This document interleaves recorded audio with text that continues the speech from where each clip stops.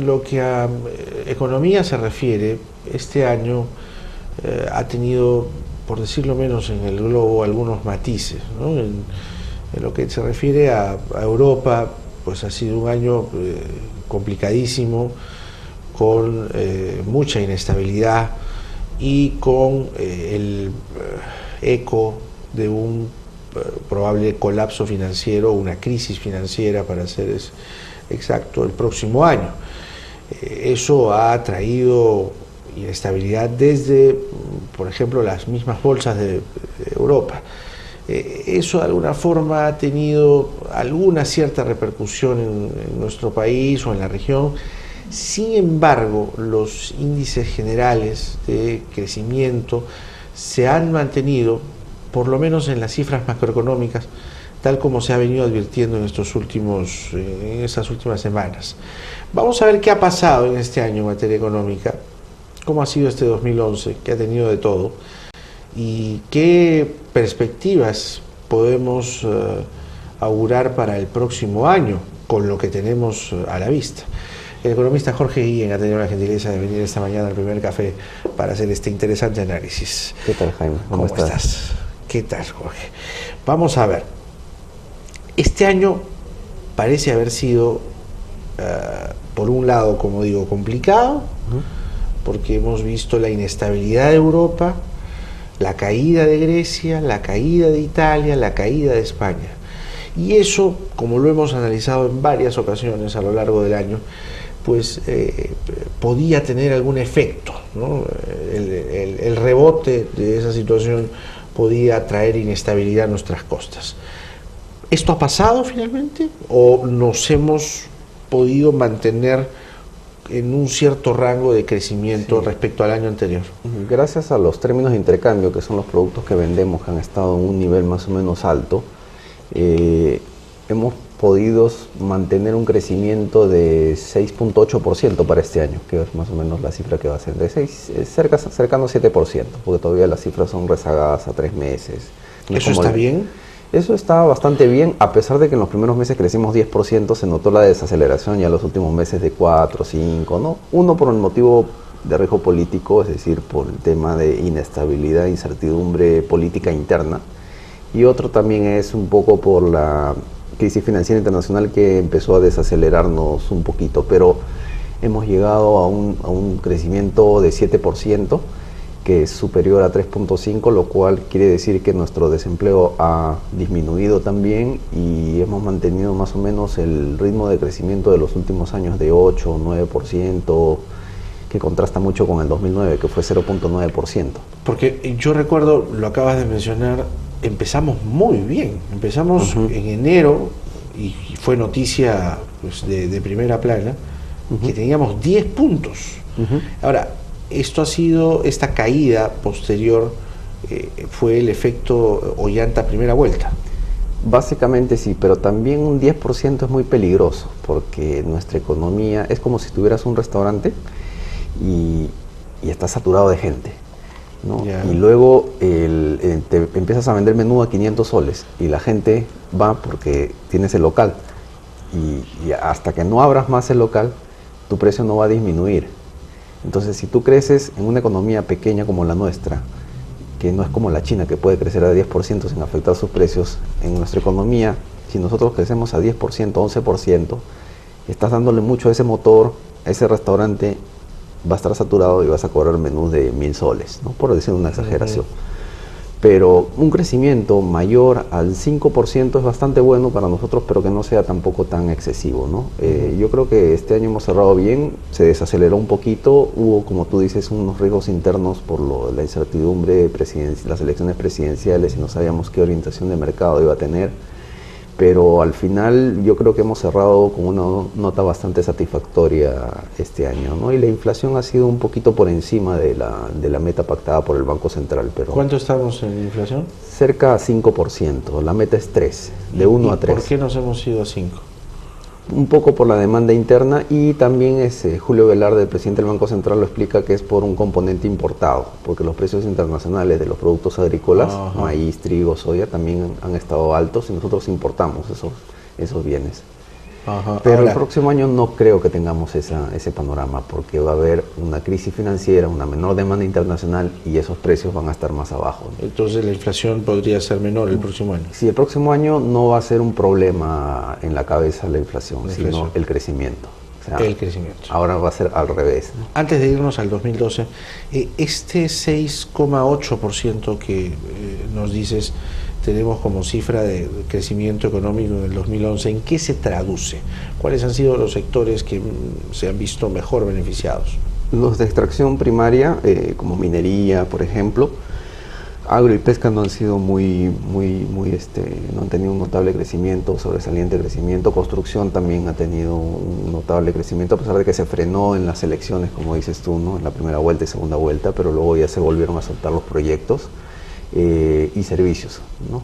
Manufactura, que está enlazada a construcción, y minería y servicios, ¿no? Que es hoteles, restaurantes, que eso siempre ha estado en bastante bonanza, turismo. Y se ha podido entender, o por lo menos hacer un acercamiento al consumo de la gente. ¿La gente ha podido consumir más este año o ha consumido menos? Sí, uno de los componentes, si lo ves, ahora te lo dije, por el lado de la oferta, por el lado de la demanda, como mides el PBI, el consumo privado ha sido bastante fuerte. Ha habido también un incremento notable del crédito de consumo también. Tarjetas. Y las exportaciones también, ayudado por los precios internacionales, los precios que vendemos que han sido altos, los términos de intercambio. Y esto ha ayudado un poco también a que la demanda se mantenga, ¿no? Más o menos alta. ¿Y en qué rango, hablando de las tarjetas, en qué rango de deuda nos estamos moviendo? Los niveles de provisionamiento son bastante razonables, ¿no? En menos de 5 o 6%, estamos en Basilea 2, ya vamos a entrar a Basilea 3. Nuestros requerimientos de capital y nuestros requerimientos y nuestras exigencias de regulación son mucho mayores a las de Estados Unidos. Es por ello que nosotros va a ser bastante difícil que caigamos en una crisis financiera, en una crisis del subprime, como en el caso americano. Por eso lo preguntaba, es decir, la gente que accede al crédito está pagando. Así es. Eso es lo importante. Y nuestras reservas internacionales también son de 30.000 millones de dólares, tenemos cierto margen de maniobrabilidad para actuar en el problema de contingencia o de desaceleración. En el caso de Europa, por ejemplo, Grecia no tenía absolutamente nada de dinero y tenía que soltar gasto para evitar de que el PBI se le caiga. En nuestro caso es diferente, ¿no? Ahora, en el caso del empleo, ¿cuáles han sido los comportamientos en niveles macroeconómicos? Está relacionado con el PBI. Si creces más de 3.5%, el desempleo cae, pero estoy hablando solamente del formal. El informal no puede llegar al Ministerio de Trabajo, no podemos tener unas cifras oficiales en el INEI, ¿no?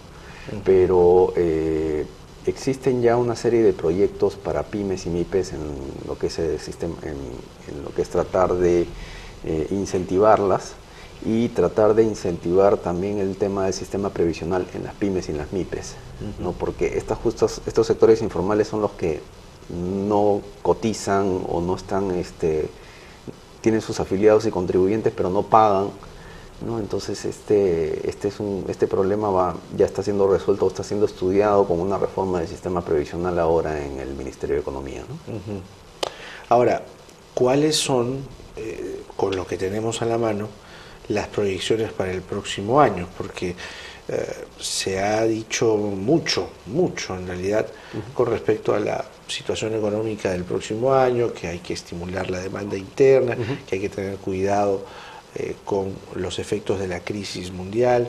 ¿Cuánto nos tenemos que preocupar? ¿Qué tenemos que hacer?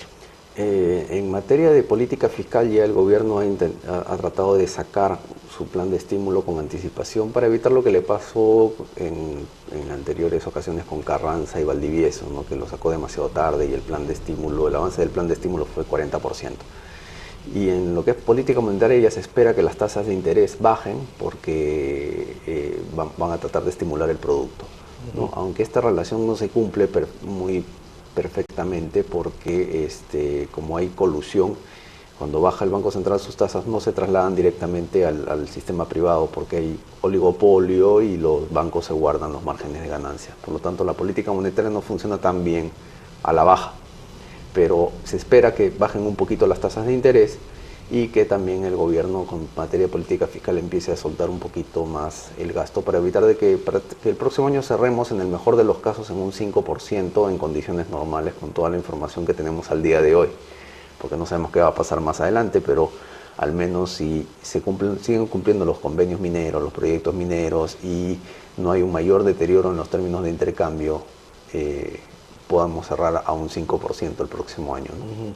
Ahora, respecto a la situación en Europa, muy concretamente la situación en Europa, el Banco Central Europeo ha tenido por estos días mucha actividad, ha estado colocando dinero en los bancos europeos y esto con el fin de estimular de alguna forma la liquidez. Pero entiendo que por estos días el Banco Central Europeo está retrayéndose de esa decisión o está siendo selectivo en cuanto a qué entrega y qué no entrega. ¿Cómo está la situación en Europa por estos días? Hay un problema ahí de coordinación de política fiscal también, ¿no? Lo que es como Argentina en el año 2001. Tenías gobiernos municipales que empezaban a gastar cada uno por su cuenta porque eran autónomos. Al final uno terminaba endeudado o metía alguna cifra debajo de la alfombra. Y cuando la destapabas era peor de lo que tú imaginabas que iba a ser. Y en el caso de Europa también tienen que tener una coordinación con Grecia y con todos estos países, y eso está de la mano con la parte monetaria también. O sea, tampoco el Banco Central puede estar sacando dinero como papá a sus hijos, y al final cuando ve y se pone a analizar a uno de ellos, tiene 10 tarjetas de crédito todas volando, ¿no? Y eso es lo que no quiere hacer Alemania, por ejemplo, que es la que mantiene la regla, ¿no? Claro. Ese es el problema de haber integrado con facilidad a ciertos países del Mediterráneo que no son tan disciplinados como los nórdicos, ¿no? Ajá. Ahora, se prevé, y esto va más allá de la especulación, y ya se tienen cifras incluso aproximadas, de una importante migración hacia nuestras costas, de gente desde España, Italia. Se proyecta que la mayor cantidad de migrantes vengan aquí desde España. ¿Eso qué le puede hacer a nuestra economía? Puede ser beneficioso. Yo no lo vería tan negativo como el caso de Estados Unidos, cuando recibía inmigrantes de todos lados, de Holanda, millonarios y todo, y le fue muy bien, ¿no? Y hay que saber ser un poco más receptivos con todos, tratarlos por igual a todos. Nos falta un sistema legal que, digamos, dinamice un poco mejor la instalación de las empresas, porque muchos de estos, vamos a decir, hay peruanos que van a regresar, algunos con dinero, algunos quieren meterse a construcción, hay españoles que también ya están viniendo aquí a tomar varios nichos en diferentes lugares, tanto en Lima como en provincias también, y eso puede dinamizar, ayudar un poco más a mantener el crecimiento, porque es inversión privada. La inversión privada es casi 20-30% de nuestro PBI, ¿no? Va a ayudar a dinamizar. Ahora, si viene esta cantidad de capital tan fuerte, también puede hacer de que si es golondrina, si es de corto plazo, puede hacer de que el tipo de cambio baje un poco, ¿no?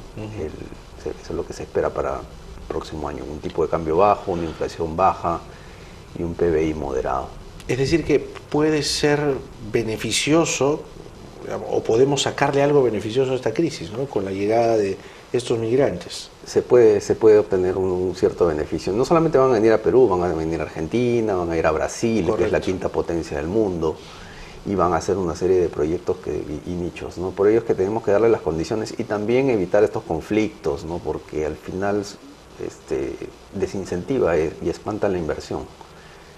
Y esto finalmente, ¿en qué situación crees tú que deja Europa? Porque más allá de los paliativos que está por estos días intentando hacer el Banco Central Europeo y el plan de rescate, ¿qué proyección tiene Europa concretamente para ti para el próximo año? Justo te comentaba, bueno, en anteriores programas también, ¿no? Que si tú comparas Estados Unidos y Europa, Estados Unidos es el primero que va a salir de la crisis, tiene factores de producción, tiene capital humano, recursos naturales, y es un país integrado. El caso de Europa Hay diferentes países con diferentes problemas y todavía no sabemos cuáles son exactamente. Y a la larga va a ser más difícil que Europa salga. Probablemente hay una separación, ya no una convergencia entre Europa y Estados Unidos, sino una separación entre ellos. Estados Unidos se puede disparar un poco más. Y para que Europa salga de este problema va a durar muchos años, ¿no? Probablemente el próximo año entre a un crecimiento muy moderado, muy cercano a cero, y sí vas a tener que seguir limpiando las cuentas en cada uno de los países y esperar a que España y Italia no entren en default como Grecia, ¿no?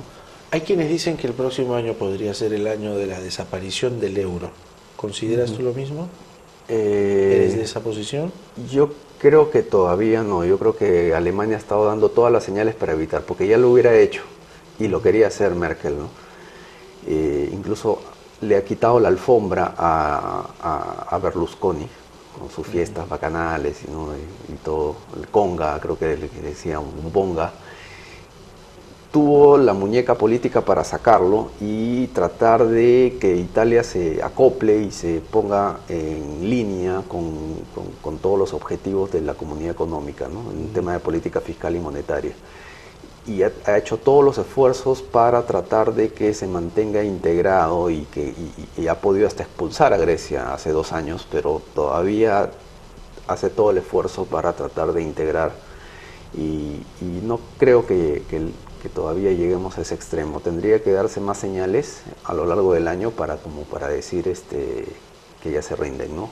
Frente a la comunidad.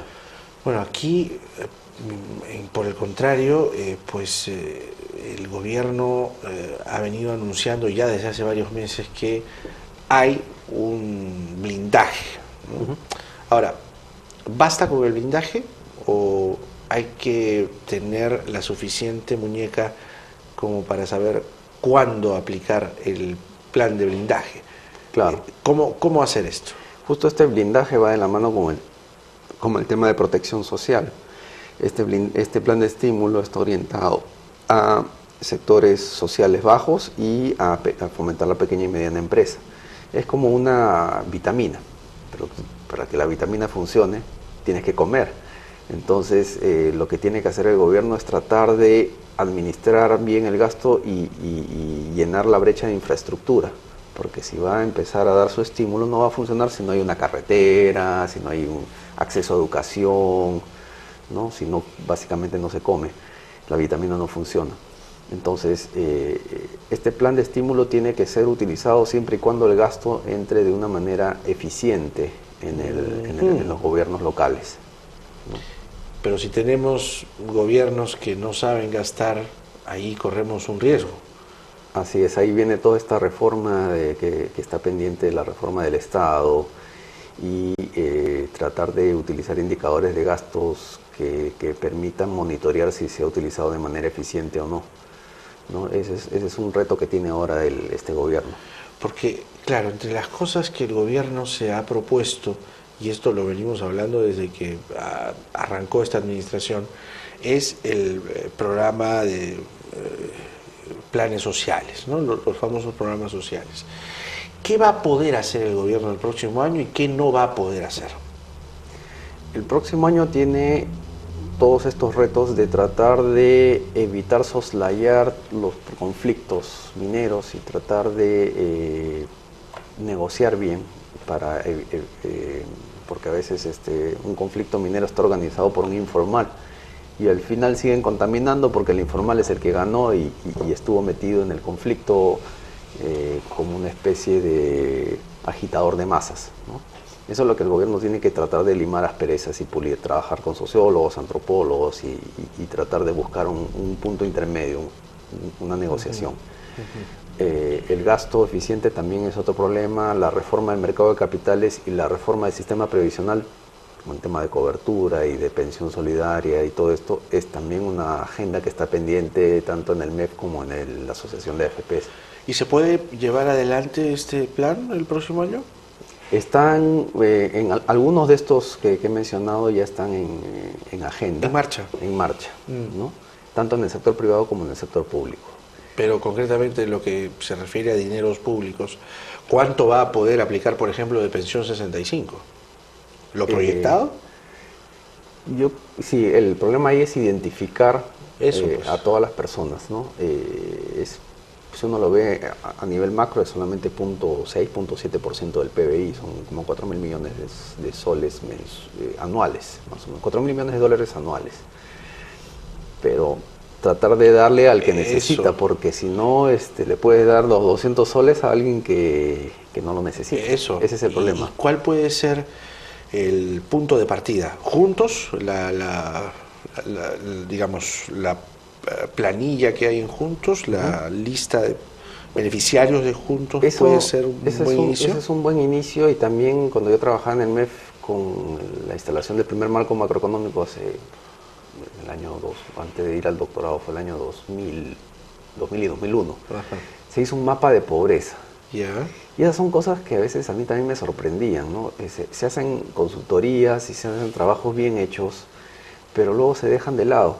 Incluso hasta yo, cuando era consultor, fui a la biblioteca y vi consultorías muy bien hechas que no fueron retomadas, o al menos mantenido un hilo conductor, o reformuladas. Porque lo hizo el anterior. Lo hizo en los 80, lo hicieron en el 85 y se perdieron. Y estaban ahí con su tela de araña y totalmente olvidadas, ¿no? Ajá. Y ese es el problema, que no hay una planificación de largo plazo, ¿no? Lo hace alguien a corto plazo, luego se olvidan, viene el otro que es de otro partido y así se olvidan de la parte técnica, ¿no? ¿Nos quieres decir que ya esto se ha estudiado más de una vez? Más de una vez se ha hecho un mapa de pobreza en el 2000, entre el gobierno de Fujimori y la transición. Ahora, eso ha variado, digamos, Claro, para bien. Hay que actualizarlo, ¿no? Para bien, ¿no? Porque Claro. entiendo que la pobreza en el 2001 estaba alrededor del 48%, ahora estamos en 31%, Claro. ¿no? Entonces hay Pero una mejora significativa. Las zonas han cambiado, ¿no? Hay que ir a actualizarlas, la costa urbana, la costa rural, y Claro. todos estos han cambiado la manera de cómo está el rompecabezas ahora, ¿no? Claro, claro. Ahora, como te decía hace un momento, entonces puede llevar adelante algunos programas sociales, hay que identificar bien, ir al detalle de, por ejemplo, en el caso de Pensión 65, a quiénes entregar y qué otros programas puede aplicar el gobierno y qué cosas no puede hacer. En materia de política fiscal, tenemos este problema de asignación del gasto, y aparte de las mineras, en reforma de pensiones también está en agenda pendiente y está en estudio ahora, tanto en el sector privado como público, y la reforma del mercado de capitales también, ¿no? Y también el tratar de hacer que las pymes y MIPES no paguen una tasa de interés por un préstamo empresarial, pagan unas tasas de interés como si fuera una tarjeta de crédito de consumo, con 30, 40% al año. Entonces, hay proyectos como un fondo de garantía, como Vivienda más o menos, en los que tratan de ayudar con ese fondo, subsidiar y bajar la tasa de interés de las pymes y MIPES. Y cuál es la tarea que tienen que hacer las pymes y MIPES, es tratar de legalizar o entrar al sistema formal, ¿no? Y de esta manera pueden tributar también. La ampliación de la base tributaria es otra de las agendas pendientes que también tiene el gobierno, ¿no? Ahora, han hecho algunos anuncios por estos días desde el gobierno y quería comentarlos contigo, que se le dé beneficios sociales o laborales a los trabajadores del CAS. ¿Es una buena idea? Es una buena idea porque vas a tratar de ampliar un poco la cobertura que tienes ahí es un problema de informalidad, tenemos muchos independientes y el Estado es uno de los que tiene más independientes, más que el sector privado. Qué paradoja, ¿no? Sí, y ahí es donde empiezan los problemas de cobertura del sistema de pensiones, del sistema privado de pensiones.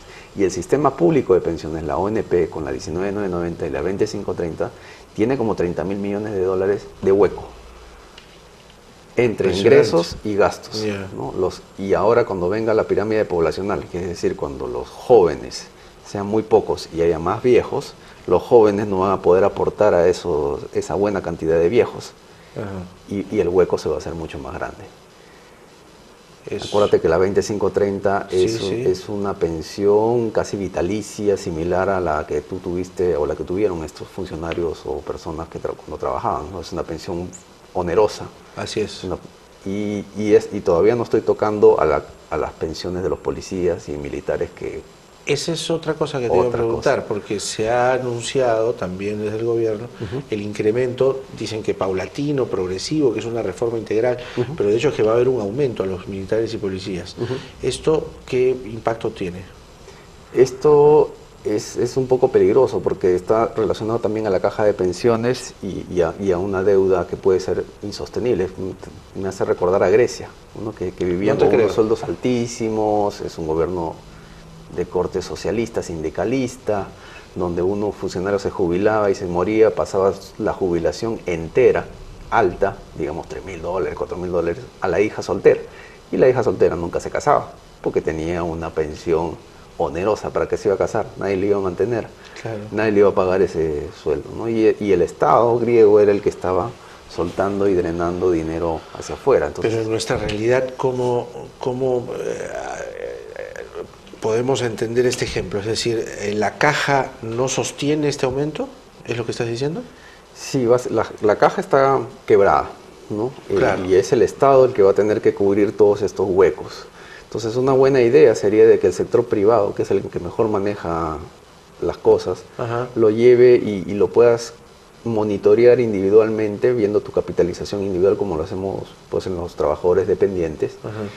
La caja del pescador también, por ejemplo, ese es otro. El pescador gana mucho dinero en alguna época del año y luego nada, Es por las temporadas. Pues. por temporada. Pero ahí pueden prorratear a lo largo del año y tratar de guardar pan para mayo para su jubilación, ¿no? Y también lo puede administrar el Pero es que sector nadie lo ha privado. administrado y al final terminó quebrada. Claro, claro. Ese es el problema. Ese es el sector privado puede un poco absorber estos problemas de cobertura y tratar de manejarlos con una política de mercado en la cual no tengan el Estado que subsidiar. Claro, porque al final terminamos... Ahora, dice el ministro Castilla que eso, el incremento a los militares y policías del próximo año ya está en el presupuesto del 2012. Claro, claro, que todavía todavía es más o menos Pero al final el presupuesto sostenible. no se termina respetando casi nunca, ¿no? Porque al final pides un crédito suplementario y no terminas respetando lo que dice el presupuesto. Claro, al final del año terminas, cuando ves que tu presupuesto está en 40%, empiezas a gastar en cualquier cosa Exactamente. y se acabó tu presupuesto. Claro. Y el próximo año pides más, porque gastaste todo tu presupuesto. Claro. Y ahí es donde viene el problema del gasto ineficiente. Porque estás en noviembre, no has gastado todo y empiezas a gastar en pollos, en lo que sea, terminas tu gasto y hasta te superaste la meta y el próximo año vas a pedir más, ¿no?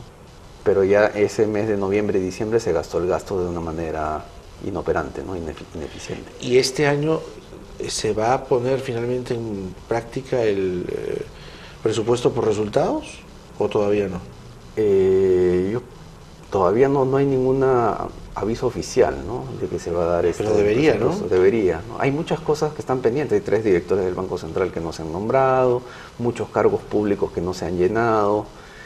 Y cuando ha salido el Premier, muchos colegas que están en el gobierno han dejado su cargo a disposición, que habían sido nombrados hace unos 6 meses. Ajá. Entonces, todavía hay muchas cosas en estos 6 o 7 meses que llenar, muchos espacios. Y desde el punto de vista ideológico, ¿qué impresión tienes de este gobierno con respecto a lo que fue el inicio? Si tomamos quizá como punto de discusión el desembarco de Jiménez y de Sí. Dancourt. Sí, justo lo que estaba leyendo. Jiménez, Dancourt y Burneo, ¿no? Que Y son Burneo. los que han salido del gobierno, que han sido muy radicales en los 80s, con Velasco también, ya son bastante mayores. Y el primer plan de la gran transformación también fue un poco ideado por alguno de ellos 3. Jiménez y Dancourt. Básicamente Jiménez, me parece, sí. Sí. Y luego ya se acopló Dancur, porque son de la Universidad Católica todos, ¿no? Pero, pero al final la presión política hizo de que se girara un poco hacia la derecha, y el nombramiento de este nuevo premier, que es más ejecutivo, es un ex militar, pero es muy ejecutivo, hace pensar de que las cosas van a funcionar más rápido porque han estado muy lentas, y de que la orientación también es un poco más hacia medio, no tanto de derecha como Fujimori, pero al menos un poco más al centro. Al centro. Al centro, sí. ¿Ves un gobierno al centro? Veo un gobierno, sí, un poco más tirado al centro, ¿no? Algunos pensaban el año pasado de que iba a haber un autogolpe y se iba a tirar a la izquierda, ¿no? Sí. Algunos se ha dicho trataban de mantener... que esto era un engañamuchachos, ¿no? Iban a sacar esas hipótesis, pero felizmente no pasó, porque hubiera sido un retroceso de 25 años en nuestro país. ¿Qué crees, como economista experimentado tú, qué ha pasado dentro del gobierno? ¿Ha habido un sinceramiento de las cosas? ¿O todavía estás en la hipótesis del engañamuchachos? No, yo creo que eso no va a pasar. Pero lo que pasa es que el gobierno, a diferencia de, vamos a ponerlo con Fujimori, que era muy capaz de, Fujimori y la transición, eran muy capaces, y Toledo también, eran muy capaces de llamar gente muy capacitada. Incluso del extranjero. Este gobierno es muy lento y no es muy capaz de llamar y reclutar, como los headhunters multinacionales, a la gente más capacitada, porque también tiene el problema del tope de sueldos. Toda la gente capacitada no quiere irse al sector privado, al sector público, porque en el sector privado le están pagando el triple, y va a trabajar más en el sector público y va a recibir la tercera parte. Claro. ¿No? Entonces ahí también tienen que sincerar un poco los sueldos. SUNAT también antes pagaba unos sueldos enormes y era un aparato burocrático bastante eficiente, ahora ya no lo es, tiene muchos problemas, ¿no? y tiene la limitante de los sueldos. Bueno, Jorge, muchísimas gracias. Gracias a ti, Jaime. Siempre es un gusto y aprovecho la oportunidad para desearte un feliz año. Igual, lo mejor para tu programa del próximo año. Muchísimas gracias. Jorge Guillén, economista de SAN, a propósito de lo que ha sido el 2011 en materia económica y lo que se nos viene. A las 8:33 venimos tras la pausa.